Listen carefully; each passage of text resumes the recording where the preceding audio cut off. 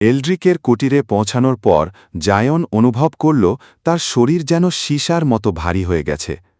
Level 8 থেকে এক ধাক্কায় লেভেল 3তে নেমে আসা কেবল গাণিতিক কোনো পরিবর্তন নয়, এটি যেন তার আত্মা থেকে এক বিশাল অংশ ছিঁড়ে নেওয়ার মতো যন্ত্রণা। তার দৃষ্টি ঝাপসা হয়ে আসছে এবং সিস্টেমের পর্দাটি এখন ম্লান হয়ে কাঁপছে। সিস্টেমের স্ট্যাটাস বার: বর্তমান লেভেল, শারীরিক অবস্থা অতিশয় দুর্বল। আপনার আগের অর্জিত অনেক স্কিল এখন লক হয়ে গেছে। আরিয়ানকে একটি নরম ঘাসের বিছানায় শুইয়ে দেওয়া হয়েছে। এলড্রিক তার জাদুকরী দণ্ডটি দিয়ে আরিয়ানের কপালে স্পর্শ করতেই এক স্নিগ্ধ সবুজ আলো তার শরীরে ছড়িয়ে পড়ল। আরিয়ানের ক্ষতগুলো দ্রুত মিলিয়ে যেতে শুরু করল। ওকে একটু ঘুমাতে দাও, এলড্রিক জায়নের দিকে তাকিয়ে বলল। এখন নিজের কথা ভাবো যুবক, তুমি তোমার শক্তির মূল উৎসটিই বিসর্জন দিয়েছ।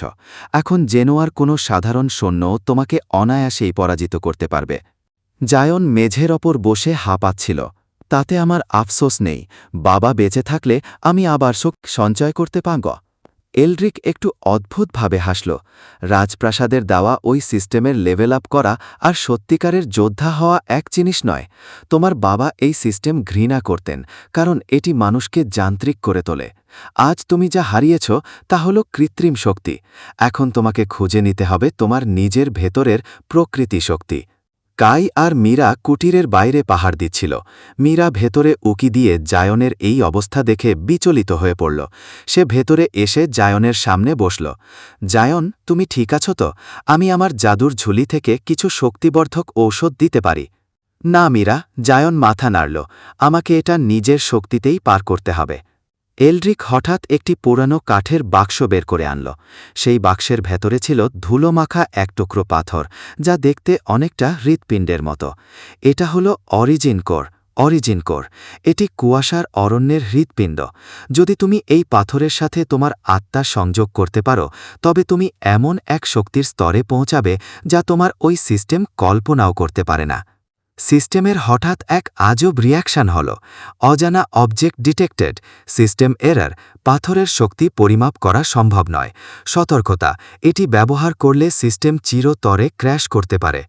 জায়ন দেখল সিস্টেম তাকে সতর্ক করছে, কিন্তু এলড্রিকের চোখে এক রহস্যময় আশ্বাস। জায়ন পাথরের দিকে হাত বাড়াতেই কাই বাইরে থেকে চিৎকার করে উঠল। জায়ন, কুয়াশা ফুঁড়ে কেউ আসছে। এরা প্রেতাত্মা নয়, এরা জেনোয়ার শ্যাডো স্কোয়াড। জায়নের বুক কেঁপে উঠল। সে এখনও ঠিকমতো দাঁড়াতে পারছে না, আর রাজপ্রাসাদের সবচেয়ে ভয়ঙ্কর ঘাতক বাহিনী এখানে পৌঁছে গেছে। শ্যাডো স্কোয়াডের যোদ্ধারা কুয়াশার মধ্যেও দেখতে পায় এবং তারা নিঃশব্দে হত্যা করতে পারদর্শী। এলড্রিক, আমাকে ওই পাথরটি দিন, জায়ন দৃঢ় কণ্ঠে বলল।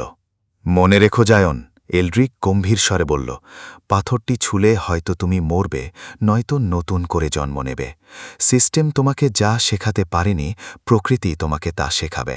জায়ন পাথরটি স্পর্শ করার সাথে সাথে এক প্রচণ্ড নীল এবং সবুজ বিদ্যুতের প্রবাহ তার শরীরে প্রবেশ করল। তার সিস্টেমের পর্দাটি পাগল হয়ে গেল। হাজার হাজার কোট দ্রুত নামতে শুরু করল এবং শেষ পর্যন্ত একটি বড় লাল শব্দ ফুটে উঠল, রিপুটিং। বাইরে তখন শ্যাডো স্কোয়াডের কালো তলোয়ারগুলো কুয়াশা চিরে কুটিরের দিকে ধেয়ে আসছে।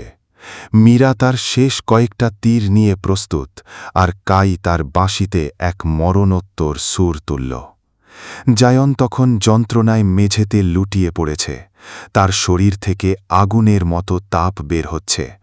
সে কি পারবে এই নতুন শক্তিকে নিয়ন্ত্রণ করতে, নাকি সিস্টেমের সাথেই তার অস্তিত্ব চিরতরে মুছে যাবে?